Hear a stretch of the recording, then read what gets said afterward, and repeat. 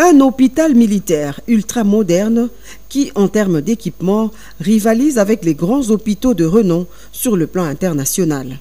Un chef-d'œuvre conçu pour recevoir les cas difficiles nécessitant parfois un transfert à l'étranger. Dans la classification, l'hôpital militaire de la garde républicaine du Kantchachi est placé à l'échelle tertiaire. L'ouvrage fait partie d'une série d'œuvres à caractère historique initiée par le chef de l'État, Félix-Antoine Tshisekedi Tshilombo, après l'école moderne construite toujours ici au Kantchachi et les gigantesques usines de traitement d'eau de Lemba Imbu et de Binza Ozone. Dans un passé récent, ce site était une vaste étendue maraîchère qui a laissé place à un complexe hospitalier pimpant neuf, une structure médicale affichant une somptuosité et une splendeur sans pareille dans la sous-région. 4 principales allocutions prononcées pour la circonstance. Tour à tour, le commandant de la GR, la garde républicaine, le général-major Ephraim Kabi, le directeur général du BCECO, Jean Mabi, le médecin directeur de l'hôpital Dr Mbouyou et le ministre de la Santé, Dr Roger Kamba. Tous ont salué ce geste de haute portée sociale du président de la République qui a tenu son engagement, celui d'améliorer les conditions sociales des militaires et de leurs familles.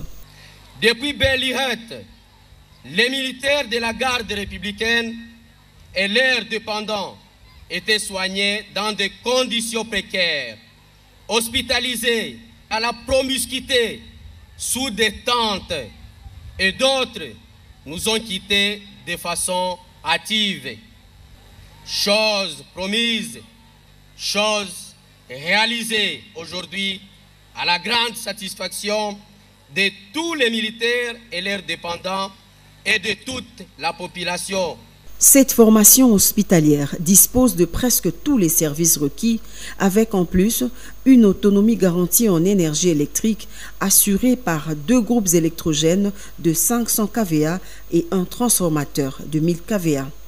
Plusieurs services allant de la dialyse à l'imagerie en passant par la lithotripsie, la mammographie, la banque de sang, l'ophtalmologie, la microbiologie, la maternité, bref, tout y est pour dispenser des soins de qualité aux militaires de la garde républicaine et à leurs dépendants, contraints jadis de se faire soigner dans des dispensaires de fortune, parfois au prix de leur vie.